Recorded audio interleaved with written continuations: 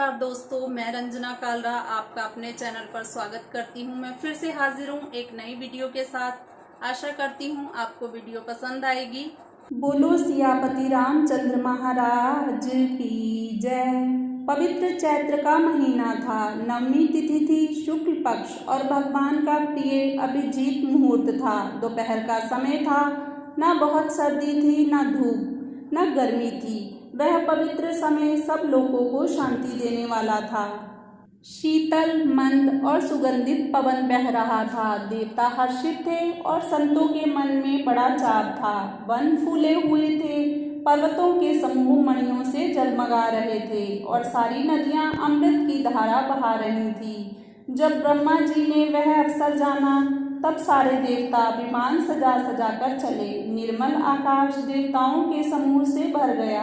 गंधर्वों के दल गुणों का गान करने लगे और सुंदर अंजलियों में सजा सजा कर पुष्प बरसाने लगे। आकाश में घमाघम नगाड़े बजने लगे। नाग, मुनि और देवता स्तुति करने लगे और बहुत प्रकार से अपनी अपनी सेवा भेंट करने लगे। देवताओं के समूह प्रार्थना करके अपने अपने लोक में जा पहुँचे। समस्त लोगों को शांति देने वाले जगदाधार प्रभु प्रकट हुए।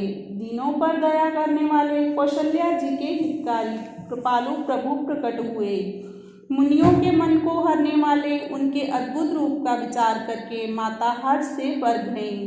नेत्रों को आनंद देने वाला मेघ के समान श्याम शरीर था। चारों भुजाओं में अपने आयुध थे, आभूषण और वनमाला पहने थे। बड़े बड़े नेत्र थे। इस प्रकार शोभा के समुद्र तथा खर राक्षस को मारने वाले भगवान प्रकट हुए। दोनों हाथ जोड़कर माता कहने लगी, हे अनंत, मैं किस प्रकार तुम्हारी स्तुति करूं। वेद और पुराण तुमको माया, गुण और ज्ञान से परे और परिमाण रहित बतलाते हैं। श्रुतियाँ और संतजन दया और सुख का समुद्र, सब गुणों का धाम कहकर जिनका गुणगान करते हैं, वही भक्तों पर प्रेम करने वाले लक्ष्मीपति भगवान मेरे कल्याण के लिए प्रकट हुए हैं। वेद कहते हैं कि तुम्हारे प्रत्येक रोम में माया के रचे हुए अनेक ब्रह्मांडों के समूह हैं।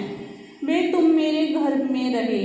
इस हंसी की बात के सुनने पर भी धीर पुरुषों की बुद्धि भी स्थिर नहीं रहती। जब माता को ज्ञान उत्पन्न हुआ, तब प्रभु मुस्कुराए। वे बहुत प्रकार से चरित्र करना चाहते हैं, अतः उन्होंने सुंदर कथा कहकर माता को समझाया, जिससे उन्हें पुत्र का प्रेम प्राप्त हो। माता की वह बुद्धि बदल गई। तब वह फिर बोली, हे तात, यह रूप छोड़कर अत्यंत प्रिय बाल लीला करो। यह सुख परम अनुपम होगा। यह वचन सुनकर देवताओं के स्वामी सुजान भगवान ने बालक रूप होकर रोना शुरू कर दिया। तुलसीदास जी कहते हैं, जो इस चरित्र का गान करते हैं, वे श्री हरि के पद को पाते हैं और फिर संसार रूपी कूप में नहीं गिरते। ब्राह्मण, गाय, देवता और संतों के लिए भगवान ने मनुष्य का अवतार लिया। वे अज्ञानमयी मलिना माया और उसके गुण सत, रज, तम और बाहरी तथा भीतरी इंद्रियों से परे हैं। उनका शरीर अपनी इच्छा से ही बना है, किसी कर्म बंधन से परवश होकर त्रिगुणात्मक भौतिक पदार्थों के द्वारा नहीं। बच्चे के रोने की बहुत ही प्यारी ध्वनि सुनकर सब रानियां उतावली होकर दौड़ी चली आईं। दासियां हर्षित होकर जहां तहां दौड़ी। सारे पुरवासी आनंद में मग्न हो गए। राजा दशरथ जी पुत्र का जन्म कानों से सुनकर मानो ब्रह्मानंद में समा गए। मन में अतिशय प्रेम है, शरीर पुलकित हो गया। बुद्धि को धीरज देकर वे उठना चाहते हैं। जिनका नाम सुनने से ही कल्याण होता है, वही प्रभु मेरे घर आए हैं। यह सोचकर राजा का मन परम आनंद से पूर्ण हो गया। उन्होंने बाजे वालों को बुलाकर कहा कि बाजा बजाओ। गुरु वशिष्ठ जी के पास बुलावा गया। वे ब्राह्मणों को साथ लिए राजद्वार पर आए। उन्होंने जाकर अनुपम बालक को देखा, जो रूप की राशि है और जिसके गुण कहने से समाप्त नहीं होते। फिर राजा ने नांदी मुख श्राद्ध करके सब जात कर्म संस्कार आदि किए और ब्राह्मणों को सेना, गौ, वस्त्र और मणियों का दान दिया।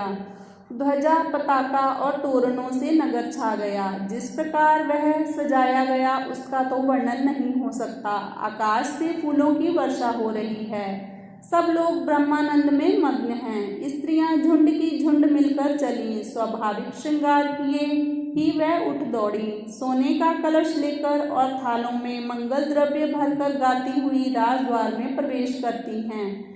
वे आरती करके निछावर करती हैं और बार बार बच्चे के चरणों पर गिरती हैं। मागध, सूत, बंदीजन और गवैये रघुकुल के स्वामी के पवित्र गुणों का गान करते हैं। राजा ने सब किसी को भरपूर दान दिया। जिससे पाया उसने भी नहीं रखा, लुटा दिया। सभी गलियों के बीच बीच में कस्तूरी, चंदन और केसर की कीच मच गई। घर घर मंगलमय बधावा बजने लगा, क्योंकि शोभा के मूल भगवान प्रकट हुए हैं। नगर के स्त्री पुरुषों के झुंड जहाँ तहाँ आनंद मग्न हो रहे हैं। कैकेयी और सुमित्रा, इन दोनों ने भी सुंदर पुत्रों को जन्म दिया। उस सुख संपत्ति, समय और समाज का वर्णन सरस्वती और सर्पों के राजा शेष जी भी नहीं कर सकते। अवधपुरी इस प्रकार सुशोभित हो रही है मानो रात्रि प्रभु से मिलने आई हो और सूर्य को देखकर जैसे मन में सकुच आ गई हो। फिर भी मन में विचार कर वह मानो संध्या बनकर रह गई हो। अगर की धूप का बहुत सा धुआं मानो संध्या का अंधकार है, और जो अबीर उड़ रहा है वह उसकी ललाई है। महलों में जो मणियों के समूह हैं वह मानो तारागण हैं। राजमहल का जो कलश है वही मानो श्रेष्ठ चंद्रमा है। राजभवन में जो अति कोमल वाणी से वेद ध्वनि हो रही है वही मानो समय से सनी हुई पक्षियों की चहचहाहट है। यह कौतुक देखकर सूर्य भी भूल गए। 1 महीना उन्होंने जाता हुआ ना जाना, अर्थात उन्हें 1 महीना वहीं बीत गया। महीने भर का दिन हो गया। इस रहस्य को कोई नहीं जानता। सूर्य अपने रथ सहित वहीं रुक गए। फिर रात किस तरह होती, यह रहस्य किसी ने नहीं जाना। सूर्यदेव भगवान श्री राम जी का गुणगान करते हुए चले। यह महोत्सव देखकर देवता, मुनि और नाग अपने भाग्य की सराहना करते हुए अपने अपने घर चले। हे पार्वती, तुम्हारी बुद्धि श्री राम जी के चरणों में बहुत दृढ़ है, इसलिए मैं और भी अपनी एक चोरी की बात कहता हूँ, सुनो। काकभुशुंडी और मैं दोनों वहाँ साथ साथ थे, परंतु मनुष्य का रूप होने के कारण हमें कोई नहीं जान सका। परम आनंद और प्रेम के सुख में फूले हुए हम दोनों मग्न मन से गलियों में भूले हुए फिरते थे, परंतु यह शुभ चरित्र वही जान सकता है जिस पर श्री राम जी की कृपा हो। उस अवसर पर जो जिस प्रकार आया और जिसके मन को जो अच्छा लगा, राजा ने उसे वही दिया। हाथी, रथ, घोड़े, सोना, गौएं, हीरे और भांति भांति के वस्त्र राजा ने दिए। राजा ने सबके मन को संतुष्ट किया। सब लोग जहाँ तहाँ आशीर्वाद दे रहे थे कि तुलसीदास के स्वामी सब पुत्र, चारों राजकुमार चिरंजीवी दीर्घायु हों। इस प्रकार कुछ दिन बीत गए और दिन और रात जाते हुए जान नहीं पड़ते। तब नामकरण संस्कार का समय जानकर राजा ने ज्ञानी मुनि श्री वशिष्ठ जी को बुला भेजा। मुनि की पूजा करके राजा ने कहा, हे मुनि, अपने मन में जो विचार रखे हों वे नाम कहिए। मुनि ने कहा, हे राजन, इनके अनेक अनुपम नाम हैं, फिर भी मैं अपनी बुद्धि के अनुसार कहूँगा। ये जो आनंद के समुद्र और सुख की राशि हैं, जिसके एक कण से तीनों लोग सुखी होते हैं, उनका नाम राम है। जो सुख का भमन और संपूर्ण लोगों को शांति देने वाला है, जो संसार का भरण पोषण करते हैं, उनका आपके दूसरे पुत्र का नाम भरत होगा। जिनके स्मरण मात्र से शत्रु का नाश होगा, उनका वेदों में प्रसिद्ध शत्रुघ्न नाम है। जो शुभ लक्षणों के धाम श्री राम जी के प्यारे और सारे जगत के आधार हैं, गुरु वशिष्ठ जी ने उनका नाम लक्ष्मण ऐसा श्रेष्ठ नाम रखा। गुरु जी के हृदय में विचार कर ये नाम रखे और कहा, हे राजन, तुम्हारे चारों पुत्र वेद के तत्व हैं, जो मुनियों के धन, भक्तों के सर्वस्व और शिव जी के प्राण हैं। उन्होंने इस समय तुम लोगों के प्रेमवश बाल लीला के रस में सुख माना है। बचपन से ही श्री रामचंद्र जी को अपना परम हितैषी स्वामी जानकर लक्ष्मण जी ने उनके चरणों में प्रीति जोड़ ली। भरत और शत्रुघ्न दोनों भाइयों में स्वामी और सेवक की जिस प्रीति की प्रशंसा है वैसी प्रीति हो गई। श्याम और गौर शरीर वाले दोनों सुंदर जोड़ियों की शोभा को देखकर माताएं तृण तोड़ती हैं। ये यूं तो चारों ही पुत्र शील, रूप और गुण के धाम हैं, तो भी सुख के समुद्र श्री रामचंद्र जी सबसे अधिक हैं। उनके हृदय में कृपा रूपी चंद्रमा प्रकाशित है। उनकी मन को हरने वाली हंसी उस कृपा रूपी चंद्रमा की किरणों को सूचित करती है। कभी गोद में लेकर और कभी उत्तम पालने में लिटाकर माता प्यारे ललना कहकर दुलार करती है।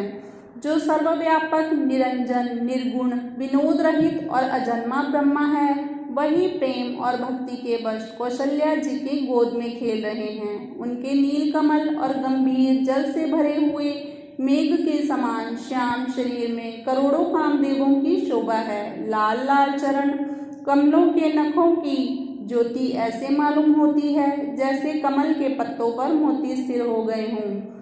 चरण तलों में वज्र, ध्वजा और अंकुश के चिन्ह शोभित हैं। नुपुर की ध्वनि सुनकर मुनियों का भी मन मोहित हो जाता है। कमर में करधनी और पेट पर 3 रेखाएं हैं। नाभि की गंभीरता को तो वही जानते हैं जिन्होंने उसे देखा है। बहुत से आभूषणों से सुशोभित विशाल भुजाएं हैं।